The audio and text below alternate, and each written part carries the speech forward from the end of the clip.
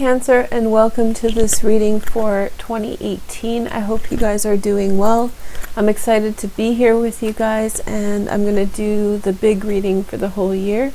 And I have some incense. It's not particularly anything, but it smells nice. And I only had a couple left. It's a very woodsy scent. And then I also have the tokens for later, so I'll set that aside for now. And we're going to read with the Tarot Oracle today.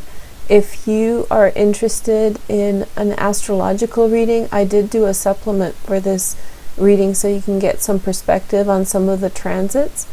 I really recommend that you do watch the astrology video because it will clarify the large shifts that are happening, particularly in your 7th house. You're probably the sign that will be one of the most impacted by the transit in Capricorn. Which is Pluto and Saturn, and Mars will be in Capricorn, and also Lilith is there. So it's important to be aware of it, and I will be referencing it in this reading. So I'm linking the supplement for astrology down below, so you can check that out. I also did a reading on Instagram. It's an astrological reading with 12 houses, and the link for that reading is down below.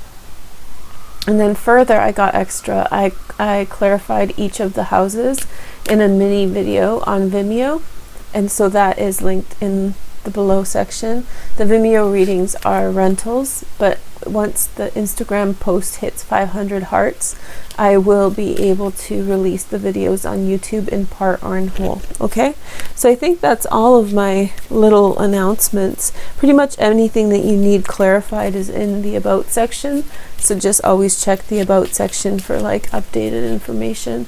Even if I'm not mentioning it in the video, there could be other stuff that I add in there. Anyway, so we have the Tarot Oracle for this reading, and it's a really beautiful reading.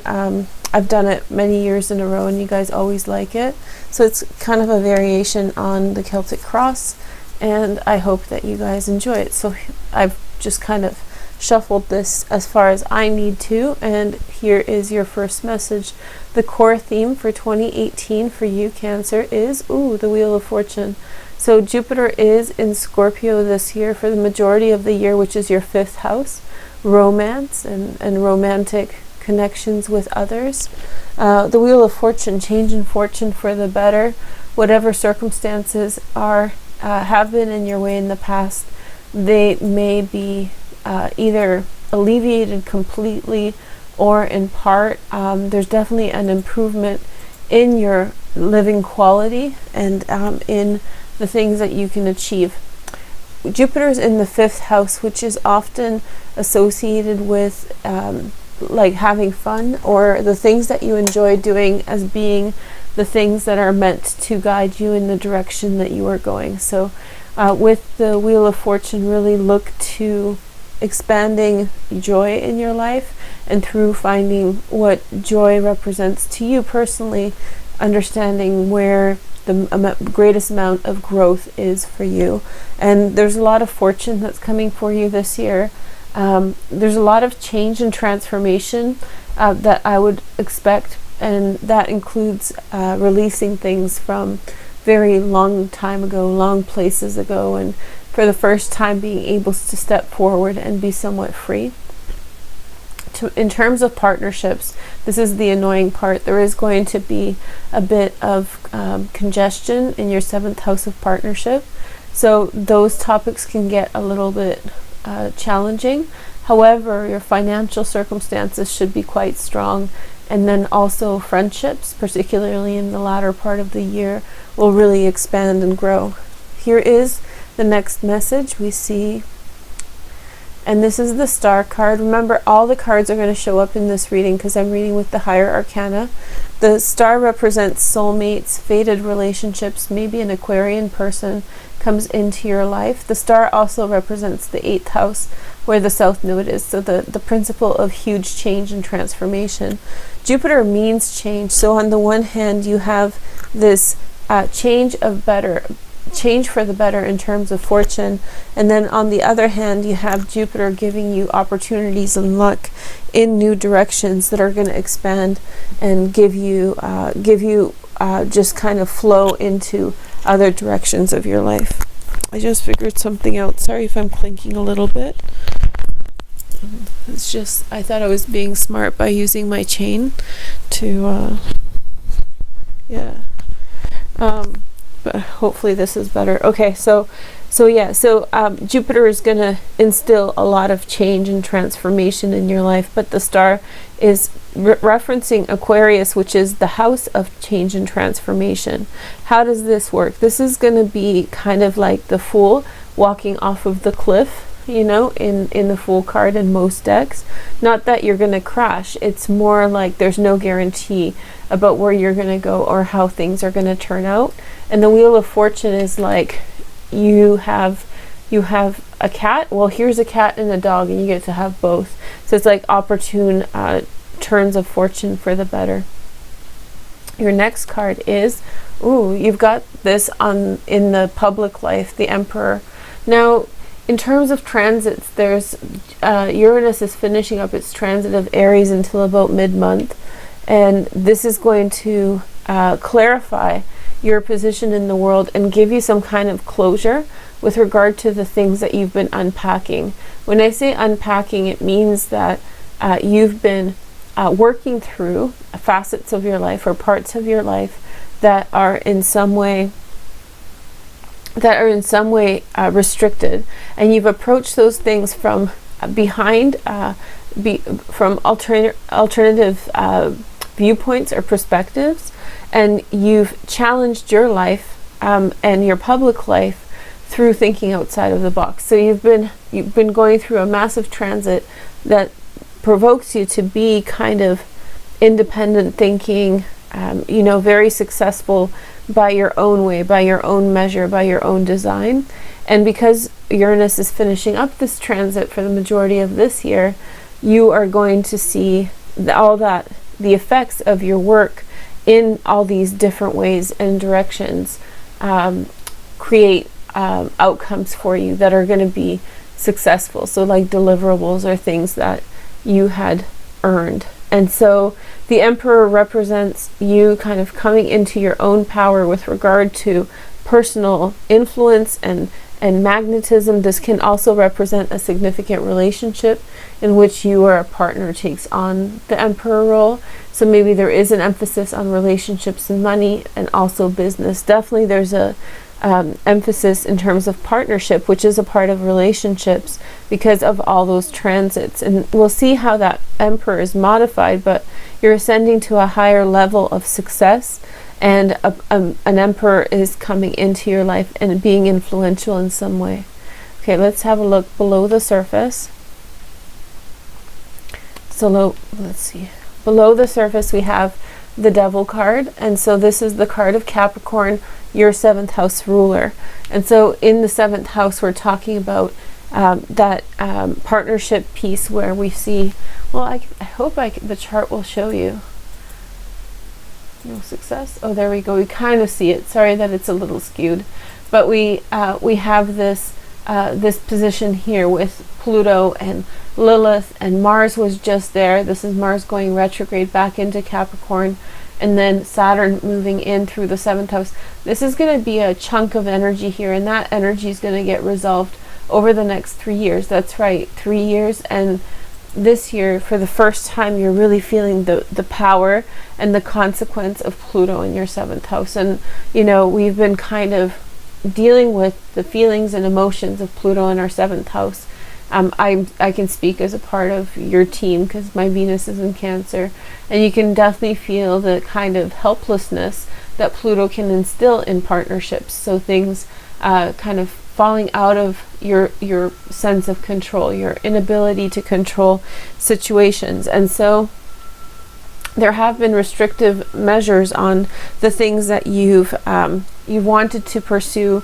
It seems like you can't get a break in terms of partnerships. There always seems to be something that is in some way restricting you, and yet it's not that it's like a circular pattern necessarily within your own behavior, because Pluto is kind of something that happens to us from the outside in, so more sociology than psychology, right? So the environment procures for you one type of scenario over and over, and it's kind of maddening.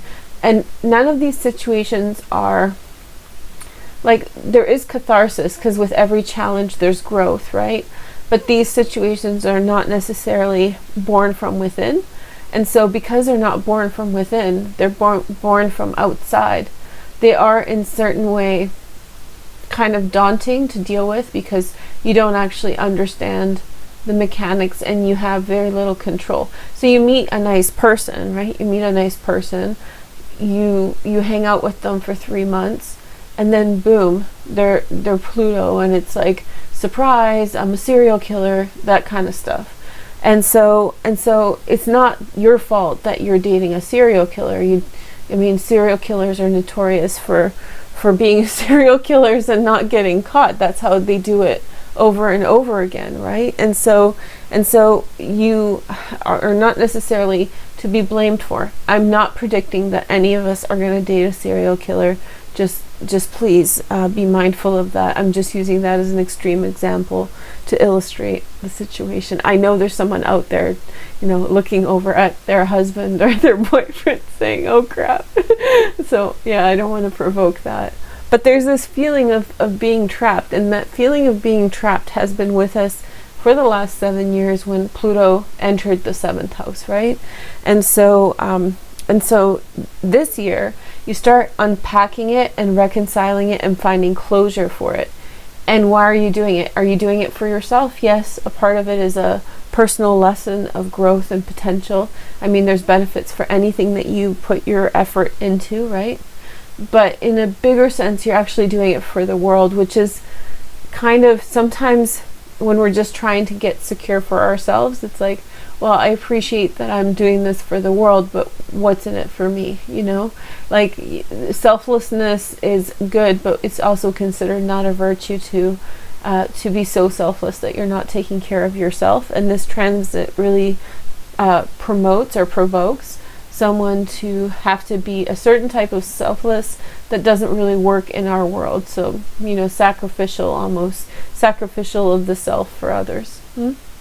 And so Saturn and Pluto and Mars and Capricorn, the big lesson in Lilith will confuse things, I talk about this in the astrology, so I don't want to give you guys a spoiler, but Lilith does confuse this transit, but below the surface you're dealing with those emotions and feelings, getting caught up. But there is a relationship that is forming for you, and it could be even soulmate related because the Wheel of Fortune is in the center.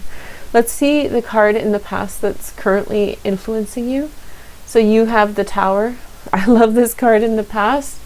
Bye-bye, Tower. See you later, 2017. Yes, Cancer, yes. So there's been a huge shift, a discovery, something that you thought was solid isn't. I love this painting of it because it's like cheese, like Swiss cheese. She thinks that it's a solid building, but it's actually full of holes. And you need to adjust your approach to something. Something spectacular happened in your life, and it changed the plateau of your life forever, or the kind of the scenario that you're dealing with, the situation. The environmental circumstances are different than what you had thought, and that's both liberating you, but you're still struggling with the big questions. Why certain experiences keep happening to you a certain way. And I feel as though, particularly in the latter part of the year, where are we now? The sun's in Cancer, so this is July. So mid-year or so, definitely April through, I remember the date, April through June, be very, very careful because Lilith will be in conjunction with Pluto. Watch my astrology, I explain it there. But for you, with this card here, I feel as though there could be like an exploitation of a vulnerability by Lilith. Lilith is a troublemaker, and when she shows up in particular spaces, she goes in and she looks for the weak spot. She looks for the weak spot just like a boxer would, and then she pummels it. And so you need to be very careful because Pluto is very reactionary and very temperamental, unstable. So like an unstable particle. So one that doesn't need much push in order to completely go into chaos. And so you have this energy about you, with Pluto and Lilith between April and June, that can promote great instability. And here is the vulnerability. There's a loss in the past, or a quick change and transformation. So you're kind of a noob into something new, and so just like a little baby, you're somewhat vulnerable in this new situation. The new situation is good. Jupiter and the star, destiny, change of fortune for the better. But what seems as though things are solid, I feel as though there's things holding you back. Like it says bondage, but that's not like the inappropriate, not inappropriate, I wouldn't want to say that, but the BDSM kind of bondage. This is bondage like getting stuck in something or being held back from something. So it seems as though life is moving you forward. I really want to see how this is going to get clarified. Here is the next message, and we have the Lovers is the oncoming energy. So there's a relationship that is for you, that is in the future, or that is really nearby as a part of your 2018 experience overall. I feel as though there's family and understanding. It's in a funny way, I feel as though your family relationships may be the source of your bondage in a certain respect as well. Your commitments to your family members, or the expectations that you place upon yourself. The dynamic in some way is loving, but yet you recognize that you're not living your life. Here is the next message, and we see the High Priestess. So Cancer, usually the High Priestess, insight, intuition, highly psychic sign, high ability to resonate, understand the world around you. And I feel as though you're recognizing within yourself the need for you to progress, evolve, and you start seeing how you are being chained up, how you are being held back by even the people closest to you. There's like a study in psychology that is focused on how family members, primary caregivers, are often associated with the highest occurrence of betrayal and loss. So they studied how people perceived who betrayed them the most, and where did they feel that they had been wronged by the most, etc. And so this study found, like, hands down, like 80% or so people were primary family members, parents and partner. So just because they're closer, and there's a lot of speculation why that is, but I mean, you can just observe how complicated relationships get in families, and the closer you know someone, the more chance that there's some kind of issue, and that issue can produce restriction. It's a sad thing that we don't talk about in society very much, and I think a lot of people struggle because they say, oh, I should have a great relationship with my mother, I should have a great relationship with my father and my siblings, with my partner, and yet I can't. Well, studies show actually that that's who you're going to have the most troublesome relationships with, because simply you don't know the other people to have such problems with others, right? So I feel that I know it's a bit of a lecture, but I think that for you, with dealing such strong transits this year, I think it really is meant to help you restructure, because this, to me, even though it's really nice, it's superficial. Because you know how you can band-aid a circumstance and situation. I feel like the band-aid is all these nice things, but underneath the surface you feel stuck. Here is your environmental card for the year. We have the Chariot. So this is your sign, Cancer, overcoming. Social relationships are going to get you through, and D-Day is when Uranus moves into the 11th house in Taurus, and that's going to be June or July. Check out my astrology video for the information on that.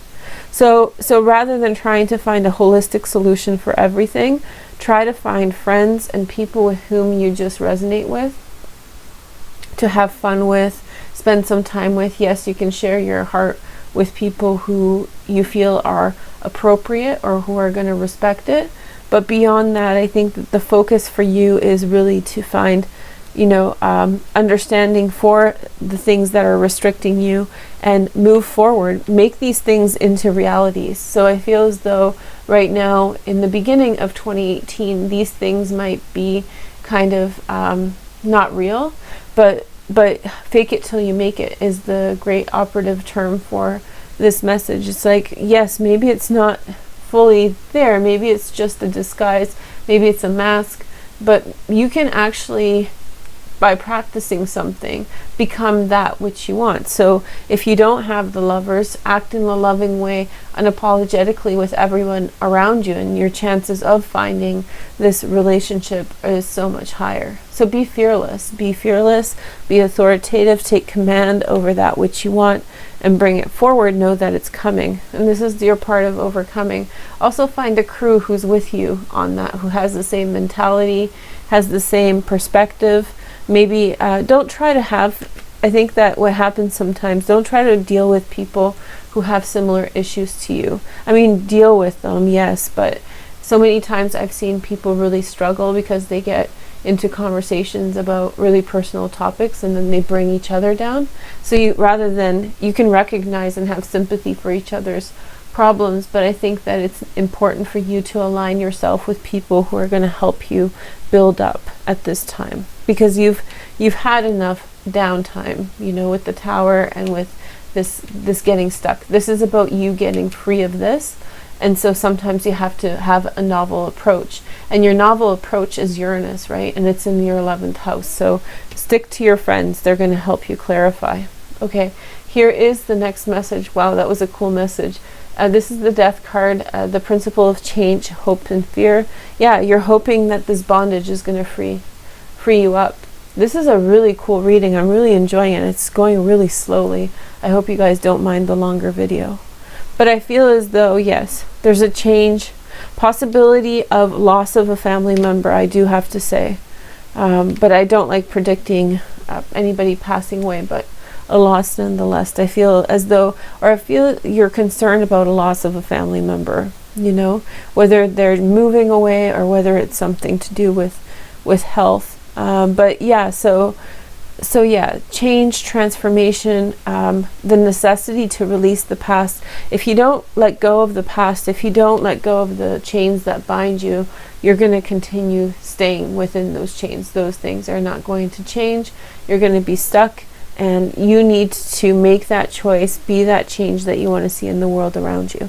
This card, I'm not clarifying until the end, but now let's clarify the Emperor. So your first clarifier for the Emperor is tradition. And I feel as though you're using paradigms. Sorry if I use like weird words or whatever, but if you're using traditional paradigms to communicate your own authority. So rather than try to branch out for yourself and be like, this is my idea, I'm Veroosh and this is my idea and you guys can all, kind of go along with me. I say, oh, I'm Veroosh, I really like Esther Hicks, and I really like Abraham. So why don't you guys listen to what I have to say, because this is my take on what Abraham's teachings are about, or I have a very similar idea. So align yourself with already an established kind of social structure or order and communicate that. Don't plagiarize, but definitely, kind of align yourself within a system that's easily identifiable. For some of you, it's Catholicism or religion.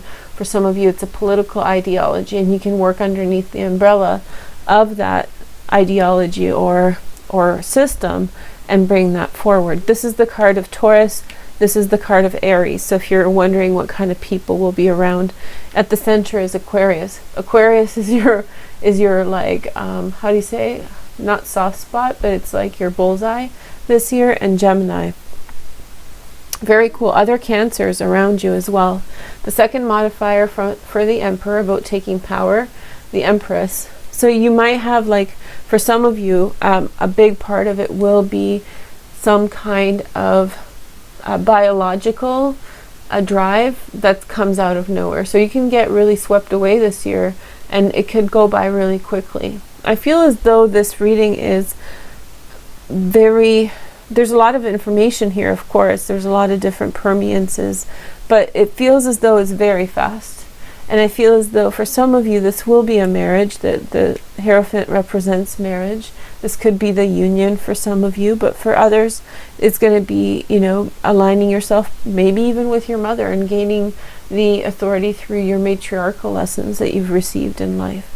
Okay, I can't wait to clarify this. This is the time we're clarifying the devil or bondage. And remember, devil is your 7th house, so your partnership is in some way enslaving you. We have the moon, so doubt's been instilled in your heart, maybe about fidelity, or either your partner is knowingly doing this, and if they're knowingly doing them, please cut them loose. If they're making you feel as though they are cheating on you, as though they are being disloyal, you know, you don't need that. That's a power game, and the moment somebody's playing a power game with you, then you know you have to remove yourself from that situation. It's futile.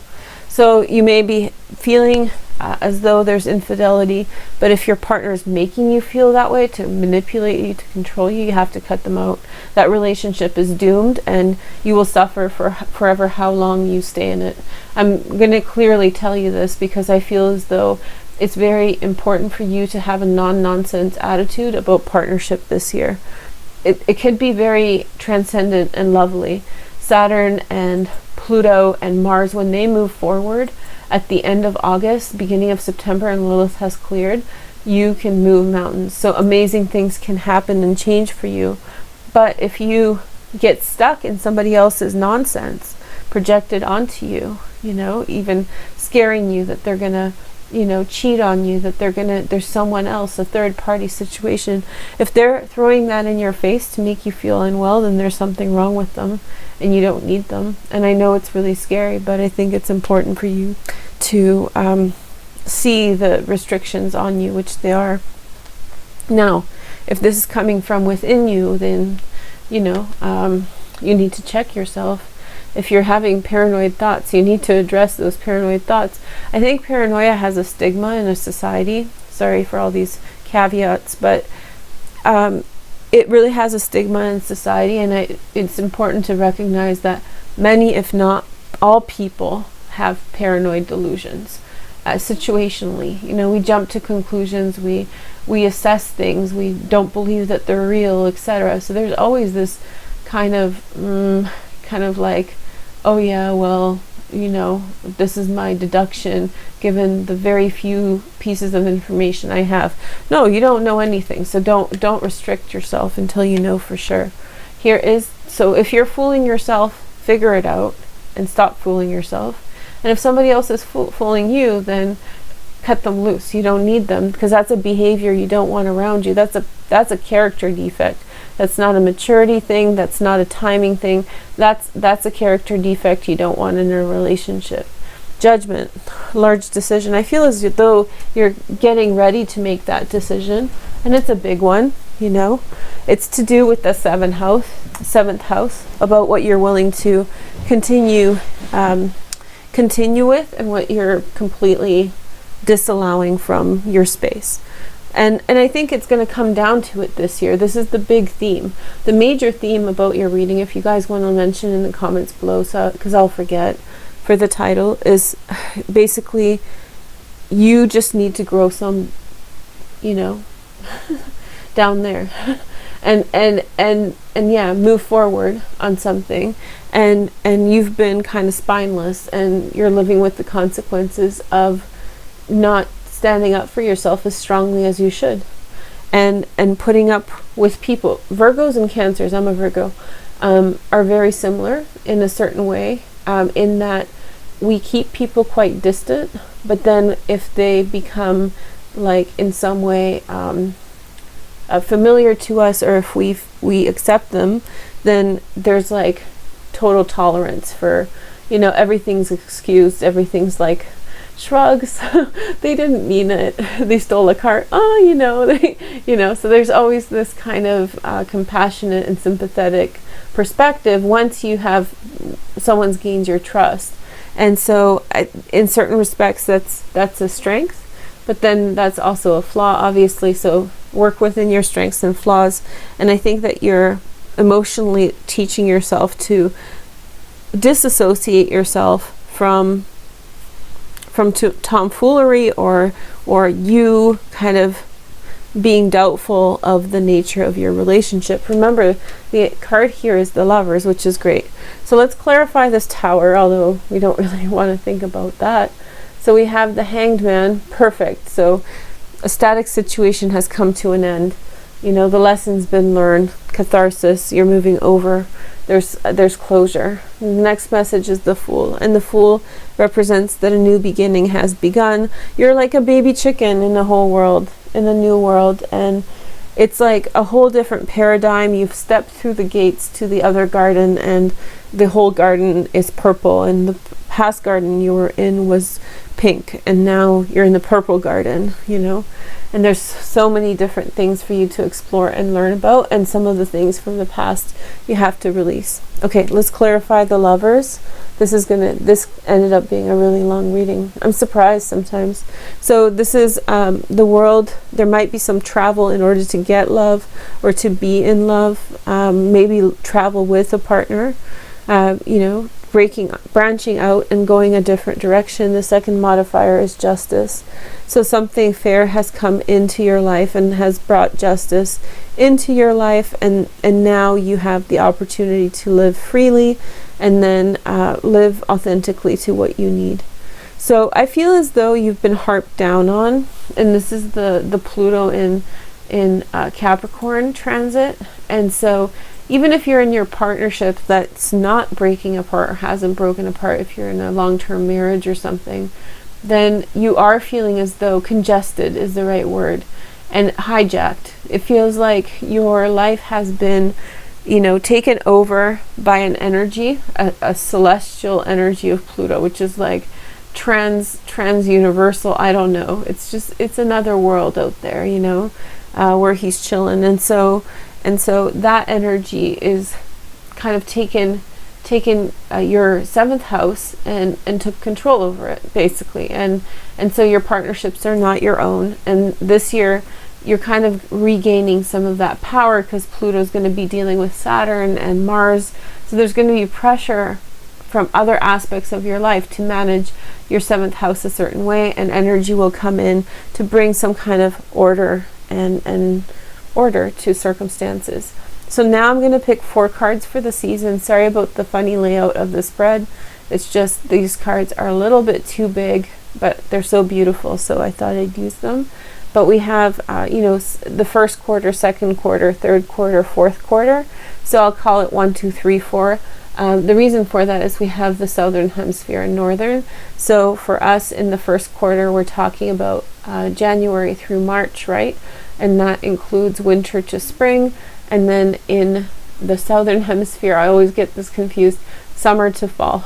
And then we have spring to summer in the second quarter, summer to fall, because it's always the in-between kind of period, August to September, October, or winter to spring, and then and then the fourth quarter, which is November or December, which is our winter or fall. So first quarter of the year, we see the Hermit. So yeah, time to withdraw, do your own thing, kind of assess the situation. You feel something's coming. You have an awareness that something's coming through.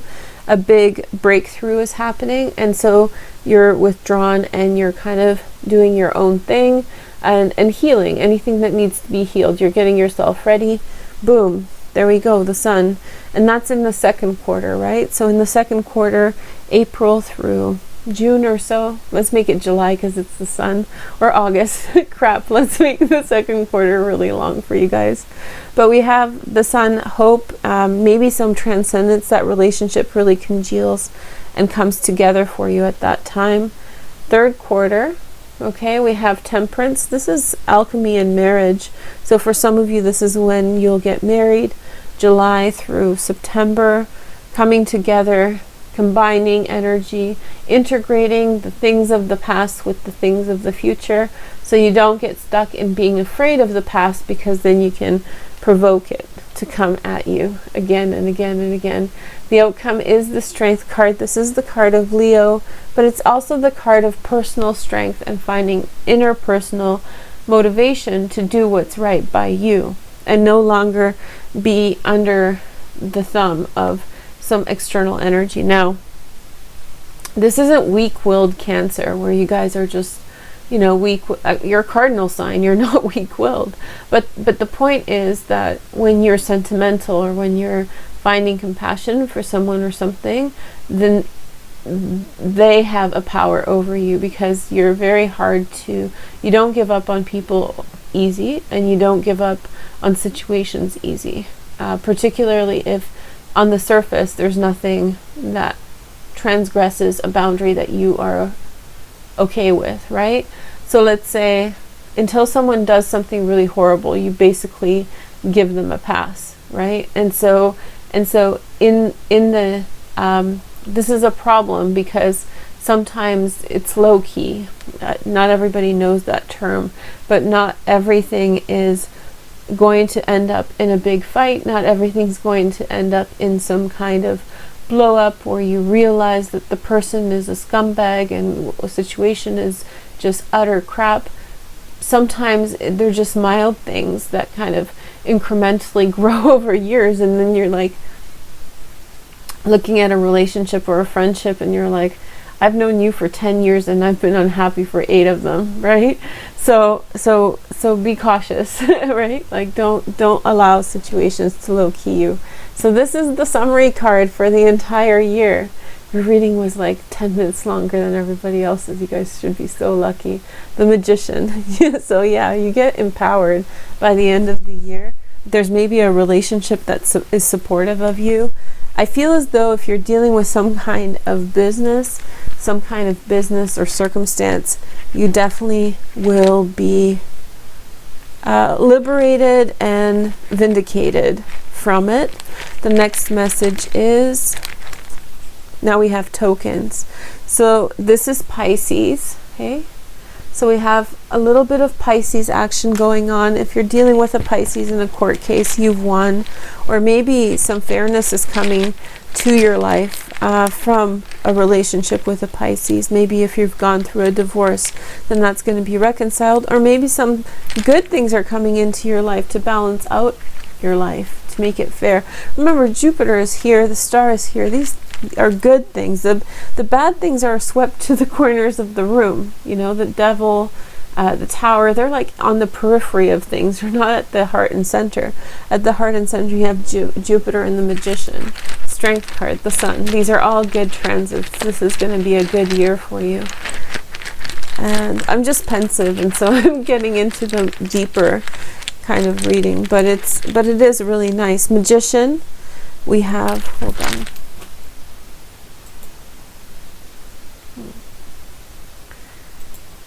Okay, sorry.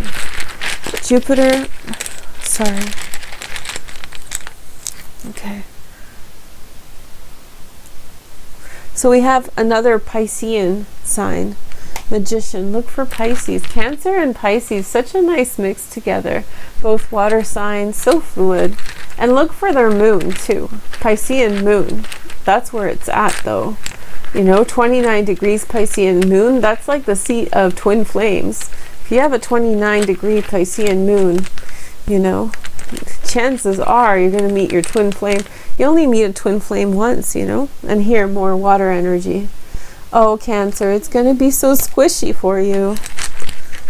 Such a squishy year. Not too much about money, hey? Not too much about anything, but this metaphysical marriage, this alchemy, coming together with someone, forming a bond, you know, going down a road, happily ever after.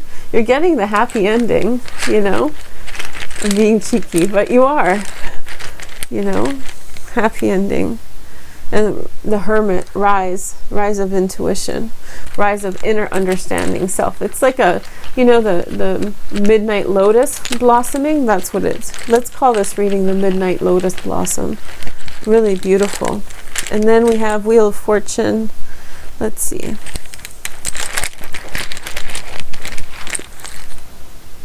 Okay, so this is the four corners. Four corners.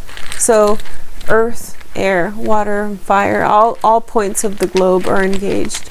all parts of your life. Let's look at this bondage card because it's important to clarify what we got. Cancer. Maybe another Cancer person has harped down on you in the past. Maybe someone else is holding you to your word, or maybe someone's holding you down so that you can rise up too. Sometimes, you know, you want to run away and something holds you back, and through that you learn a lesson. So it's not necessarily such a bad thing. These are archetypes which are meant to invoke in you long-term lessons. Or it's not just the one-off where you have like one experience of this and then you're done. This isn't a blip on the radar. This is like a main energy for the year, right? And then Chariot, let's see, Jupiter. Whew.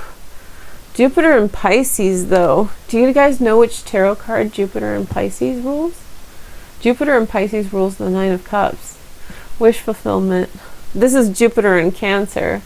So, you know, I don't know which card that is. Why don't you guys tell me in the comments below once you figure it out.